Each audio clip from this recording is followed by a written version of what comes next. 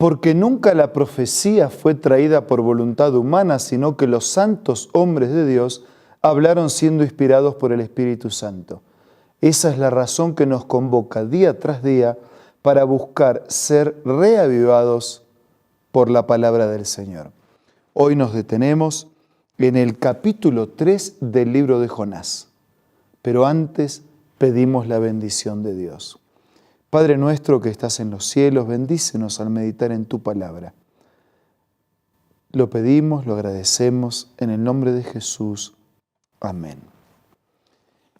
En el capítulo 3 del libro de Jonás nos encontramos con una actitud diferente de parte del profeta, quien ya había experimentado la desobediencia, quien ya había experimentado el abandono de la misión que le había sido encomendada y también quien ya había experimentado a un Dios que protege, que hizo un milagro para salvar su vida. La palabra del Señor vino entonces por segunda vez a Jonás. Anda, ve a la gran ciudad de Nínive y proclama el mensaje que te voy a dar. Y Jonás se fue hacia Nínive conforme al mandato del Señor. La primera vez él desobedeció y se fue para otro lugar, pero ahora ya había aprendido a confiar y a obedecer y se fue a la ciudad que Dios lo había mandado. Ahora bien, Nínive era una ciudad grande y de mucha importancia. Versículo 4. Jonás se fue internando en la ciudad. La recorrió todo un día mientras proclamaba: dentro de 40 días Nínive será destruida. Y los ninivitas le creyeron a Dios, proclamaron ayuno y desde el mayor hasta el menor se vistieron de luto en señal de arrepentimiento. La predicación estaba dando su fruto. El propósito de Dios se estaba cumpliendo. La gente se estaba arrepintiendo y aprovechando la oportunidad que Dios había enviado a través del profeta. Versículo 6. Cuando el rey de Nínive se enteró del mensaje, se levantó del trono, se quitó su manto real, hizo duelo, se cubrió de ceniza y mandó que se pregonara en Nínive por decreto del rey y de su corte. Ninguna persona o animal, ni ganado, lanar o vacuno probará alimento alguno, ni tampoco pastará ni beberá agua. Al contrario, el rey ordena que toda persona junto con sus animales haga duelo y clame a Dios con todas sus fuerzas. Ordena asimismo que cada uno se convierta de su mal camino y de sus hechos violentos. Hasta el rey asume la posición de reconocer y asume su liderazgo de invitar a su comunidad para reconocer la necesidad que tienen de Dios y la conversión de sus caminos pecaminosos hacia los caminos de Dios. El versículo 9, el rey dice: ¿quién sabe? Tal vez Dios cambie de parecer y aplaque el ardor de su ira y no perezcamos. Al ver Dios lo que hicieron, es decir, que se habían convertido de su mal camino, cambió de parecer y no llevó a cabo la destrucción que le había anunciado. Porque el propósito de los mensajes de Dios no son destruir, sino salvar. Este tema no es entendido por algunos y también le costó entender a Jonás, como veremos en el capítulo de mañana. Cuando Dios envía un mensaje de amonestación, una advertencia de juicio, sus mensajes de juicio son condicionales, así también como sus promesas de prosperidad y de bendición son condicionales. Si las personas aceptan el mensaje de amonestación, de advertencia, y se convierten, Dios cambia de parecer. Pero en realidad Dios no cambia de parecer. Él está diciendo: esto les va a pasar si ustedes persisten en el camino. Como ellos no persisten porque cambian, porque reconocen, porque sus vidas son transformadas, entonces ellos evitan la consecuencia que tendría su conducta. Y Dios, quien advirtió de las consecuencias de su conducta, entonces tampoco aplica las consecuencias de la misma. Y así como las promesas de Dios también son condicionales, También las advertencias o amonestaciones de juicio son condicionales. El mensaje del Señor es claro: yo no quiero la muerte del que muere. Jonás se va a sentir un poco incómodo porque como que se molestó que al final Dios no cumplió su palabra. Dios cumplió su palabra. Él envió a Jonás allí a llevar una misión de salvación, de restauración. Eso es lo que Dios quería. Si no aceptaban, serían destruidos. Pero como aceptaron, la salvación llegó a esa casa. Insisto, Dios no quiere destruir. Dios quiere salvar. Él no busca destruir, Él busca salvar. Cuando advierte, busca salvar. Y cuando promete prosperidad y bendiciones, busca salvar. Algunos se pierden en su prosperidad y otros se salvan en su infortunio porque utilizan la desgracia como un llamado de Dios. Reconocen la necesidad que tienen de Él y se convierten en sus caminos. Amigos, nosotros somos el Jonás que tiene que llevar el mensaje de Dios. Pero nosotros también somos los ninivitas, que tenemos que aprovechar la oportunidad que Dios nos da y convertirnos de nuestros malos caminos y volver. La conversión es volver a los caminos antiguos, a las sendas antiguas, al camino que un día transitamos, de vínculo permanente con Dios, de amor, de fidelidad, de respeto, de obediencia. Eso es lo que Dios quiere. Somos el Jonás que cumple una misión para salvar. Somos el ninivita que acepta la salvación y la oportunidad que Dios le da. Somos las dos cosas. El ninivita que necesita ser salvado y el Jonás que necesita compartir la salvación. ¿Hasta qué punto? ¿En qué dimensión nos reconocemos ninivitas para permitir que Dios nos salve? ¿Y hasta qué punto nos reconocemos Jonás para permitir que Él nos use para salvar? Salvados para salvar, bendecidos para bendecir.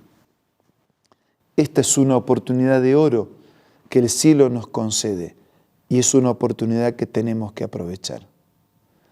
Por eso yo quiero invitarte de corazón a que como ninivita reconozcamos y aceptemos la salvación que necesitamos y como Jonás compartamos y proclamemos con fidelidad la salvación que otros están necesitando, para que unos y otros, ellos y nosotros y ellos, todos, podamos cumplir el propósito de aquel que vino a esta tierra a buscar y a salvar lo que estaba perdido. Ahora los invito a buscar a Dios en oración.